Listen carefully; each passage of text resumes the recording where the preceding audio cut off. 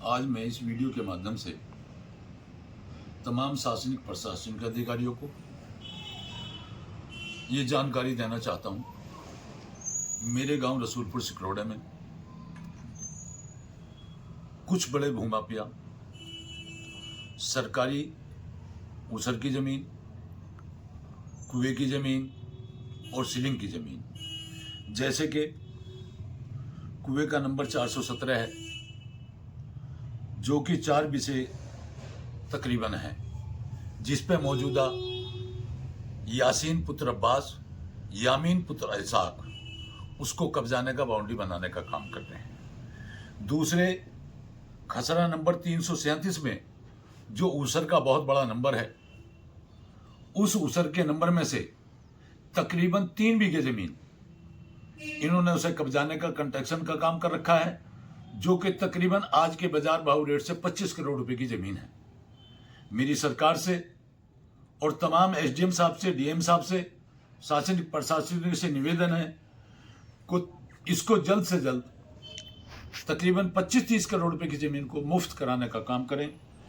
इन्हीं के बदौलत यामीन और यासीन के बदौलत दूसरा जो गांव का खसरा नंबर 116 है, जो अशोका सहकारी समिति का खसरा नंबर है, वो सीलिंग में आई हुई है। सीलिंग में वो एलएमसी हुआ है।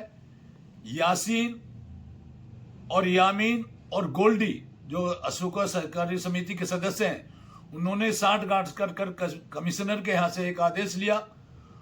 उस आदेश को लेने के बाद उस 18 बीघे जमीन पे, जिसकी कीमत तकरीबन 50 करोड़ रुपए है, गरीब लोगों को प्लॉट देने का काम किया है।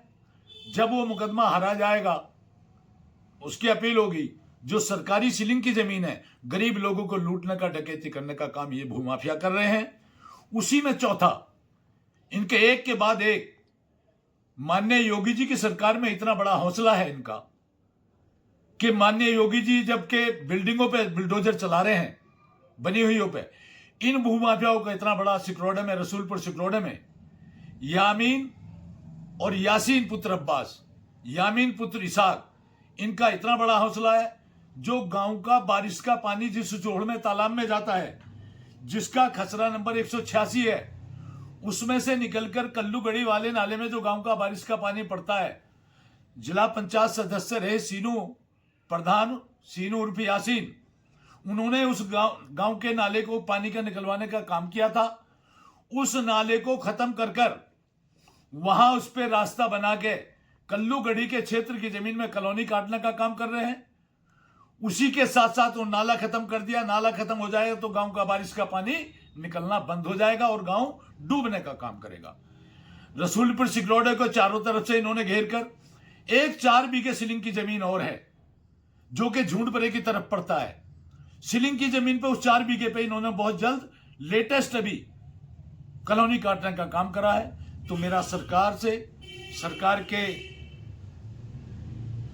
प्रशासनिक शासनिक अधिकारियों से इस वीडियो के माध्यम से मेरा कहना है, मैंने खसरे नंबर वाइज बता रहा हूं, तकरीबन 100-150 करोड़ रुपए की संपत्ति जो सरकारी जमीन है, ऊसर है, जो सरकारी नाले हैं, कुएं के नंबर हैं, सीलिंग के नंबर हैं, उनको ये कब्जाने का काम कर रहे हैं, गरीब आदमियों को लूटने का काम कर रहे हैं।